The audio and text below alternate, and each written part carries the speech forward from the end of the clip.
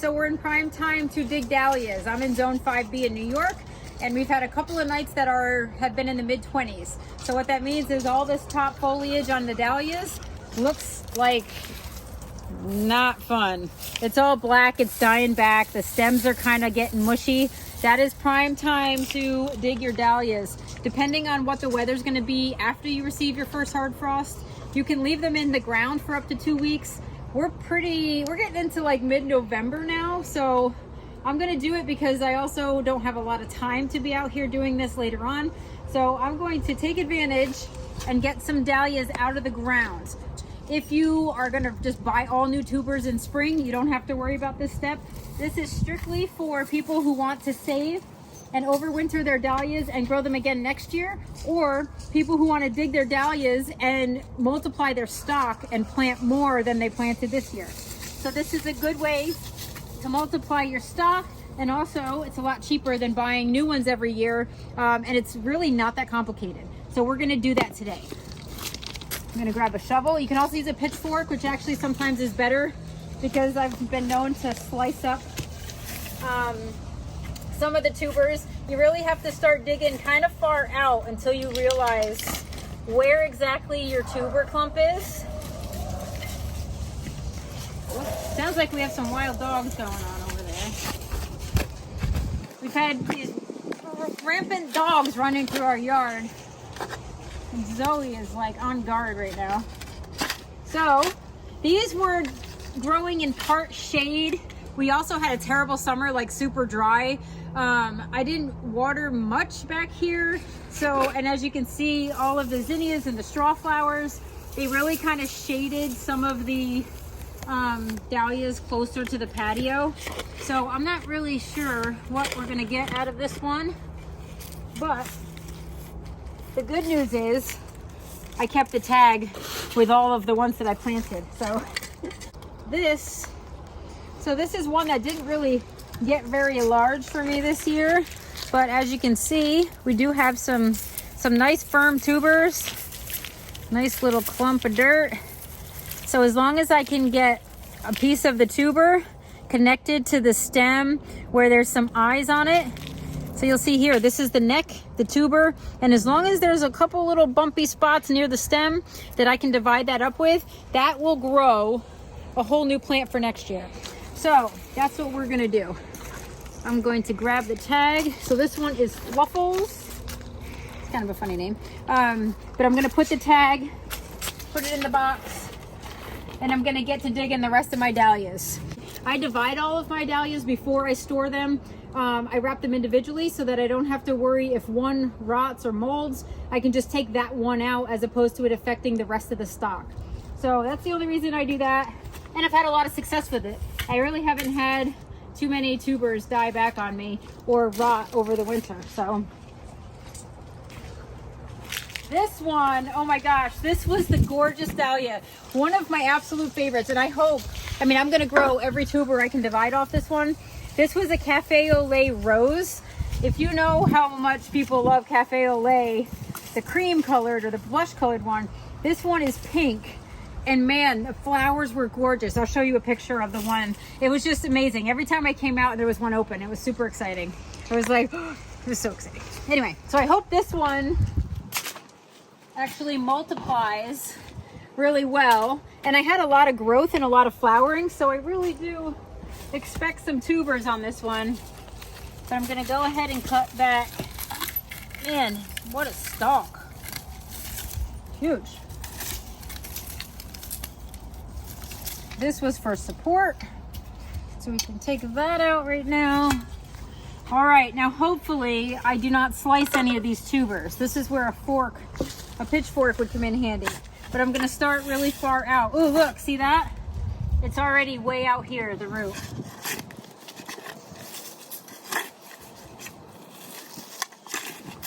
This is where patience is really helpful.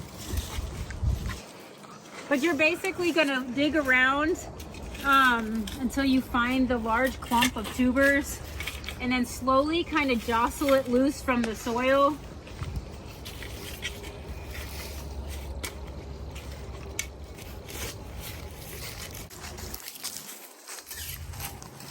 but I found a nice, it's actually growing that way. So that is kind of helpful. And if I go down far enough and just lift that out, just use my shovel to do that, I should be able to lift it pretty easily. Wow. All right, so the good news is I don't have a ton of tubers, but I do have at least 1, 2, 3, 4, 5 that I can use. And hopefully when I clean this up, and I'll show you how I'm gonna divide out. And then this was the original tuber, if I can find it. I think it was a tiny, tiny one. Nope. Maybe that one came off. But anyway, so that's what this looks like. So we'll see. We'll have to divide this up and see how many I can actually get off of this plant. But at least I'll have more than one, which is what I started with this year. And this was like, I think this was my favorite. I can officially say this was my favorite one. Okay, so that's digging dahlias. Basically getting them out of the ground in a clump. Some people will store them in a clump with the dirt on. There's 1,000 ways that people will tell you, oh, you know, these aren't finicky. You just dig them out, keep them in a clump, keep them in a cold 45 degree, you know, garage or someplace cold, root cellar, and they do fine.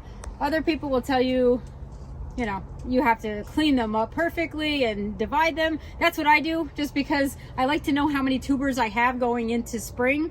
And I also just like the fact that they're separated in case one of them does decide to go soft or mushy. It just keeps the other ones from becoming infected. So now we're gonna clean them up and I'll show you what we do for that. All right, so here we have fluffles. Well, I'm gonna demonstrate what to do on fluffles. So I don't have the hose on that strong, but what I'm gonna do is use my thumb to kind of create a stream wherever I feel like I need to get the dirt cleaned out. And you're basically just gonna clean this up of any dirt. You're gonna try and get all this dirt out of there. It's not, sometimes it's not so easy, but you wanna get all up under here, just so you can see what you're working with and how many, where to make the best divides. Because when you have a big clump like this, it's very hard to work with a large clump. You have to sort of divide them into smaller workable sections. So that's what I'm gonna try to find right now, is where the best place, I'm gonna take that one right off, where the best place to divide this into a workable section is. And the only way I can do that is to kind of get all of this dirt out of here. And then I will locate my most promising tubers and we'll go from there.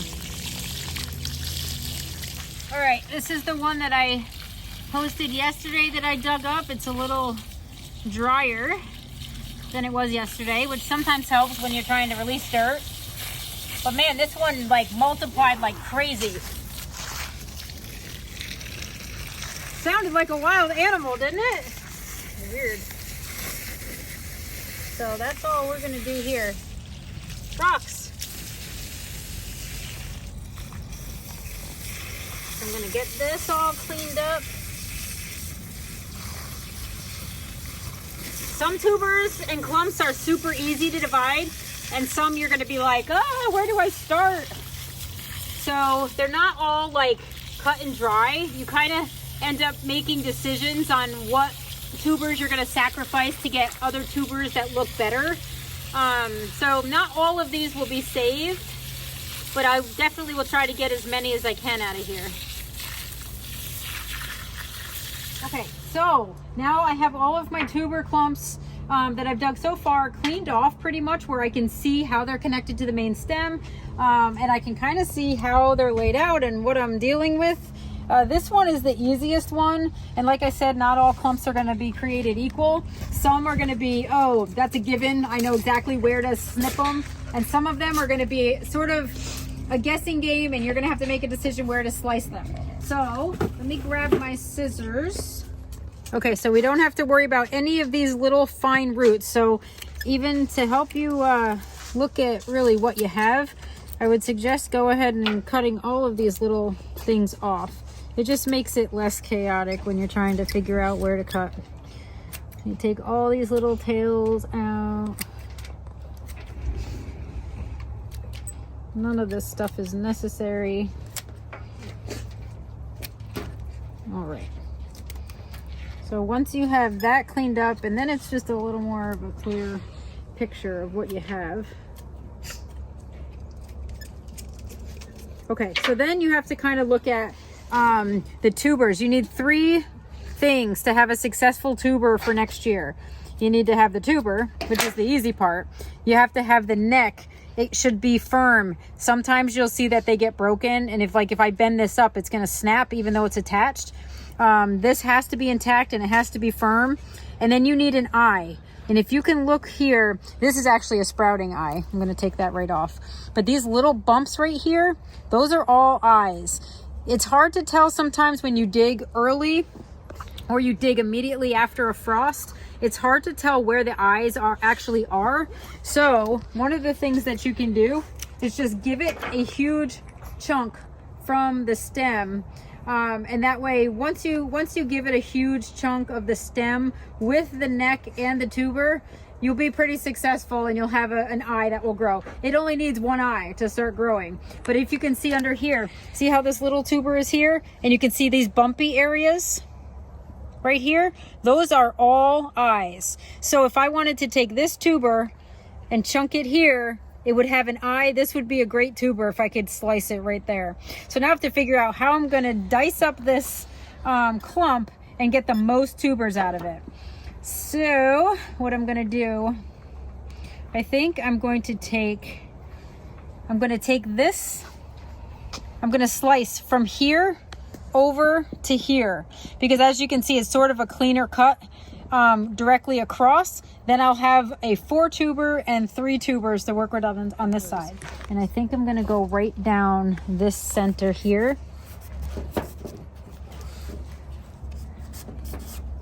It's much easier to cut and divide in the fall than it is to do this in the spring, because it actually gets harder. They get more fibrous. So you would need like super sharp stuff, but this is going to work out just nicely. Do a nice clean cut. So now what I'm left with is tubers here that I can easily divide off, and a clump of tubers here that I'm going to chunk off in sections with an eye or a piece of the stem where I see the bumps. Those bumps are most likely eyes, and that is going to give me multiple tubers to store. And I'm going to store these individually. So again, if I want to make this shot easier for me to work with, I'm going to take this and cut it right down the center. And I can clean this up also. So now what I have is, see these little bumpy, it's probably hard on camera, but you have little ridges here and this here. So that is going to be the eyes. So these two, it's going to be a little tricky to get in there, but if you can tell, I'm going to take these and divide them. So now this is what I have. I have a tuber with eyes on, actually 2. This is a tiny little tuber, but it has eyes here, the little bumps, and on this one as well. So I'll probably store that one together. And then I have a larger tuber that has these sort of, you know, bumpy edges here. The neck on it is intact, and it's got a sizable tuber that has stored energy for next year. So those will get individually wrapped, and I'll show you how I do that in the next step. But ultimately, all you're doing is dissecting your clumps into bigger pieces so that it makes it easier for you to decide which tubers are the best and accessible and are going to be the most promising for your overwintering. I'm going to leave those together also because all of the eyes are at the top. And then I have this guy. So what I'm going to do, and believe it or not, I'm going to take off this. This is the original tuber that I used. If I could just get in here, and if I trusted myself enough to cut that off, I would. But what I'm going to do is slice off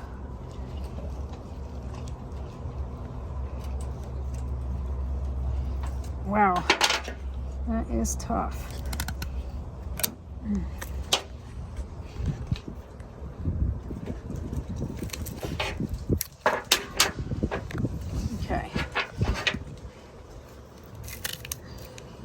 So So what I'm gonna do is I'm gonna leave it a piece of the stem. I have the neck and then the tuber. And on this one, these are kind of smaller. I'm gonna leave those together, but I'm gonna take this original tuber off.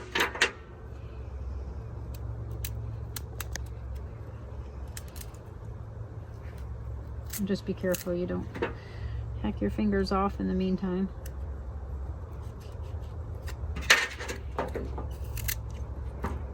And if you just cut away piece by piece, I might even leave it like that. So on this one, you can see these tiny little bumps there. That's eyes.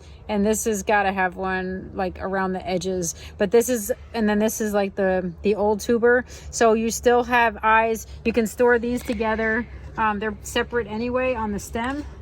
So that is what I have out of my Cafe au lait rose. So I have 1, 2, 3, 4, 5 tubers that I can successfully say. Oh, well, I can't say successfully yet, but most likely they're going to make it through the winter once we get them in their storing container. All right. So these I'll probably rinse off one more time just to clean up all this excess dirt that's still on them. I'm going to let them dry for a day or two out on the table. And then I'm going to wrap them and put them into my container. So that's that on that one. Okay, so one other thing that I wanted to mention on the actual tuber itself, if you're storing a bunch of different varieties, you can store them all. Like if you have a bunch of tubers of the same kind, you store them in a box and write the name of the dahlia on them. But if you only have like a few tubers that you're going to save, go ahead and write with a marker, permanent marker, doesn't even matter, on the actual tuber what the variety is. That is an easy way to keep everything sort of organized, and that way if they get mixed up somewhere in the box while you're checking them over winter, you still know what the variety is because it'll be marked on the tuber. So I'm going to do that with a permanent marker, but these are still a little wet from washing them off a little bit, plus I'm going to wash them one more time. So once I do that, I'm going to label those with a permanent marker on the actual tuber. And sometimes you'll see that with companies when you order dahlia tubers, they'll come and they'll have a stamp right on the tuber. I know Swan Island does that. They stamp the name right on the tuber, so it doesn't matter. They could throw 10 in a box or in a bag for you and you'll know exactly which one is which because they're marked.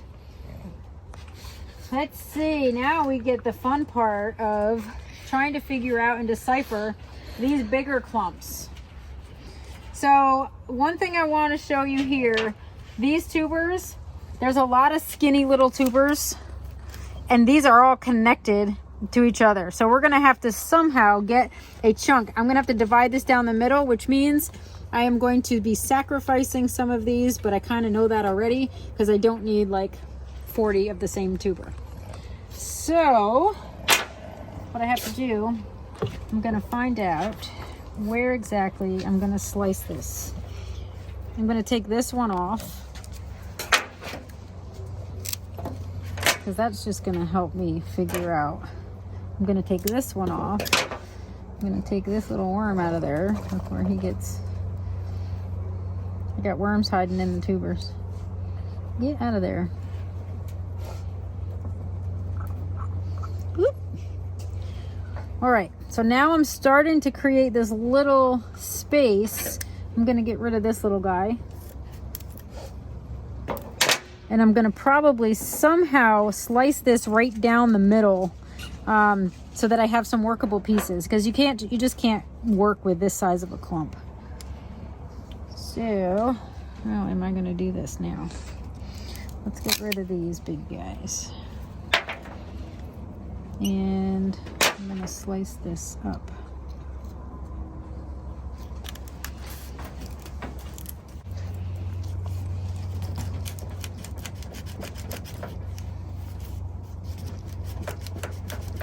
That is a thick stalk, but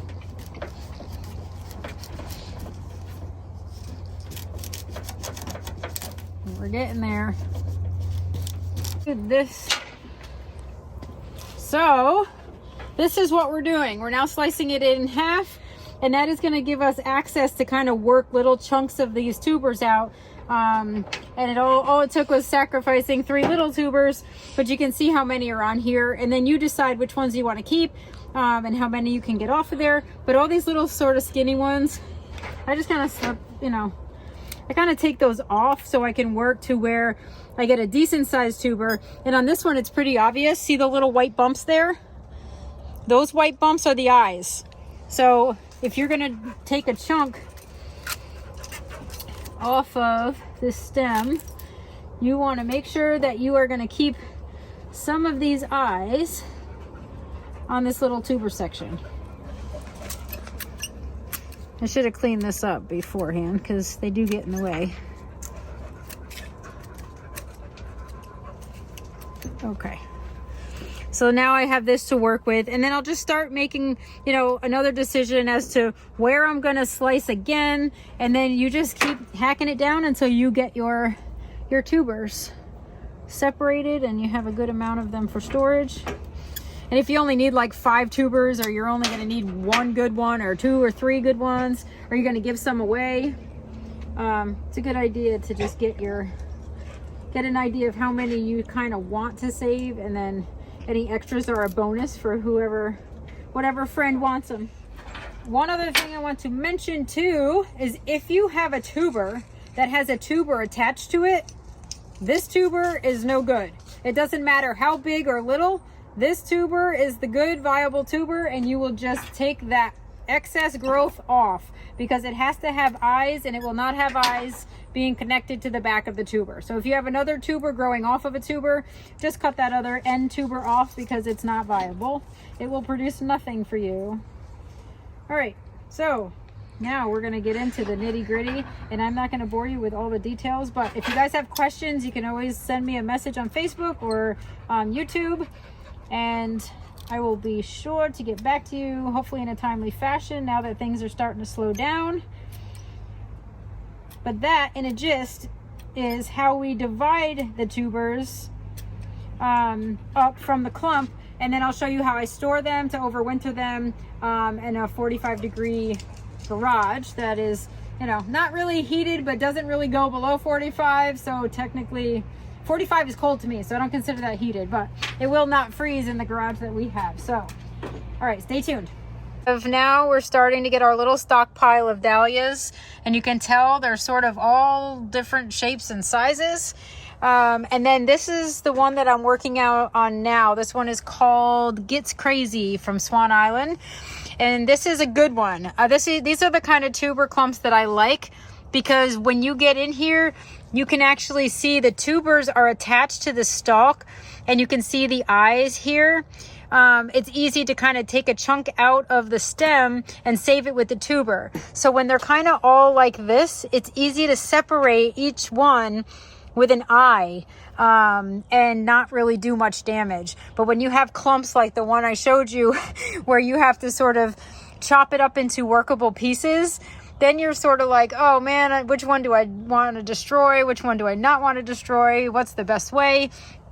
But don't be afraid to do it. You have to dive in, and the sooner you just make that first cut, and trust me, if you're new at this, you're going to butcher some. I have totally butchered some, but I have learned since then sort of that you can't sort of hem and haw about where you're going to divide. Just assume and know and accept that you have some tubers that are going to be lost in the process, but just know that you also have some amazing tubers that are going to be promising for next year.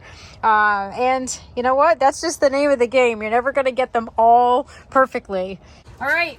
So now that we've had our tubers dug, cleaned off, we divided them up into individual tubers. If that's what you're going to do, I'll show you what I do to store them. Every tuber gets their name written in Sharpie marker, permanent marker. And that way you don't have to worry if they get jumbled up in the cooler. They don't get jumbled up in storage because you know what each one is. So I'm going to do my best right now to show you guys exactly how I store my tubers. So I'm going to take some newspaper, I'm going to crumple it up, and I'm going to put a layer in the bottom of this styrofoam cooler. This is an Omaha State cooler. This thing has been through the ringer, as you can tell, but it's reliable and it helps guard against really extreme changes in our garage down there.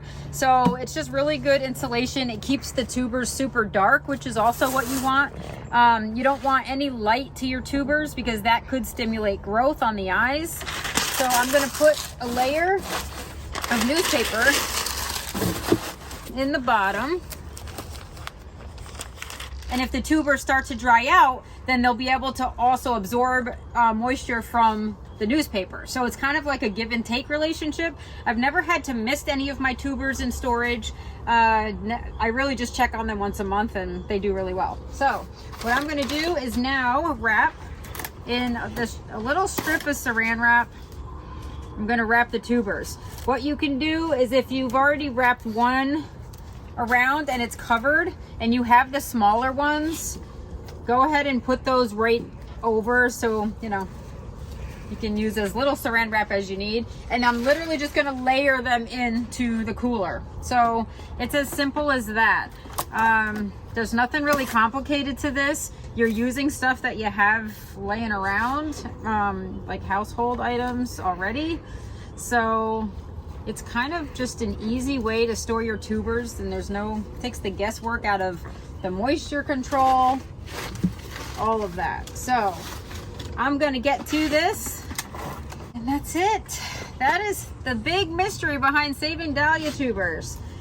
It sounds a little more intimidating than it really is, in my opinion, but it's because I've kind of also done it a little while, a couple years now, and I've had success. So there are lots of ways to do the overwintering of your dahlias. Some people do wood chips or vermiculite. They put them in plastic containers with lids. I haven't tried any of those ways. I'm sure if they're having success, it is a good way to do it. So really, whatever you have, the most important thing is that you just basically check on them over the winter. You give them a way to sort of breathe and get rid of their excess moisture or absorb excess moisture if they need it, and keep your tubers dark and cold.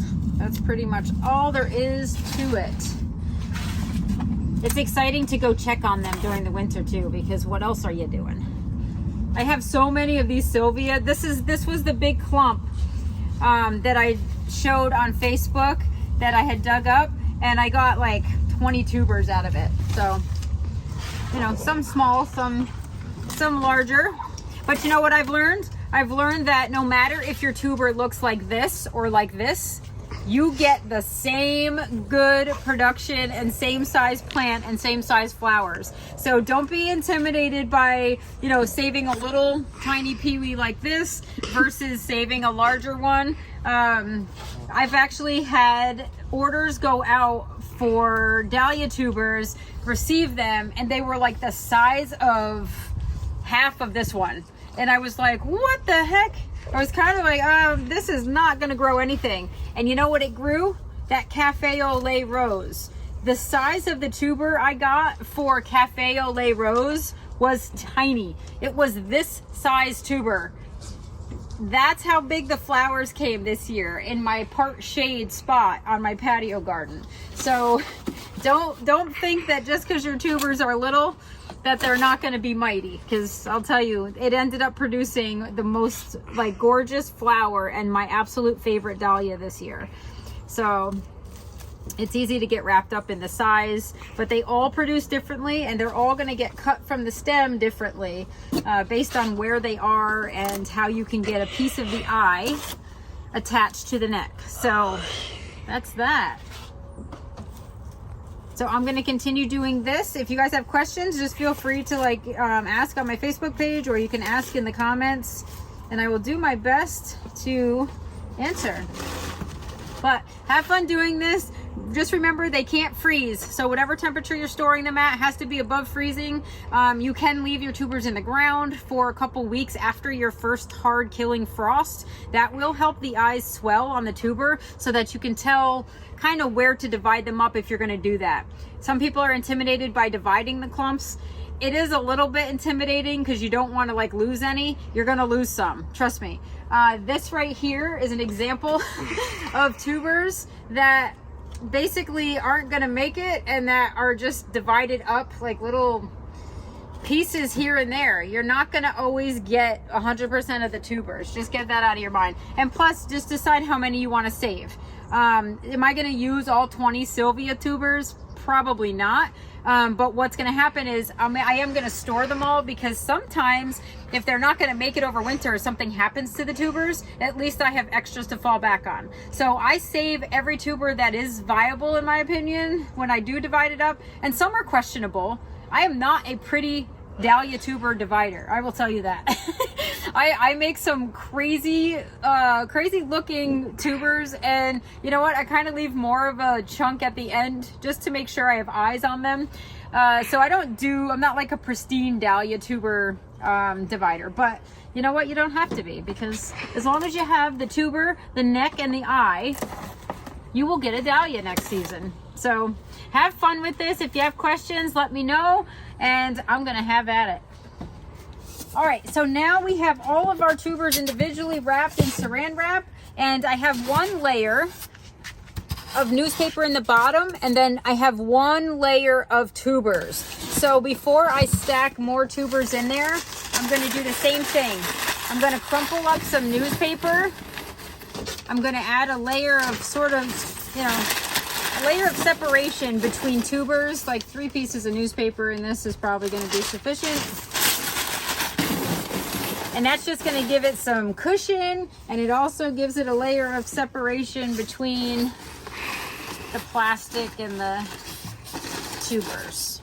So then I'm going to start another layer, and that means my first round of Dahlia tuber storage is done. And now I get to go dig up about 6 more.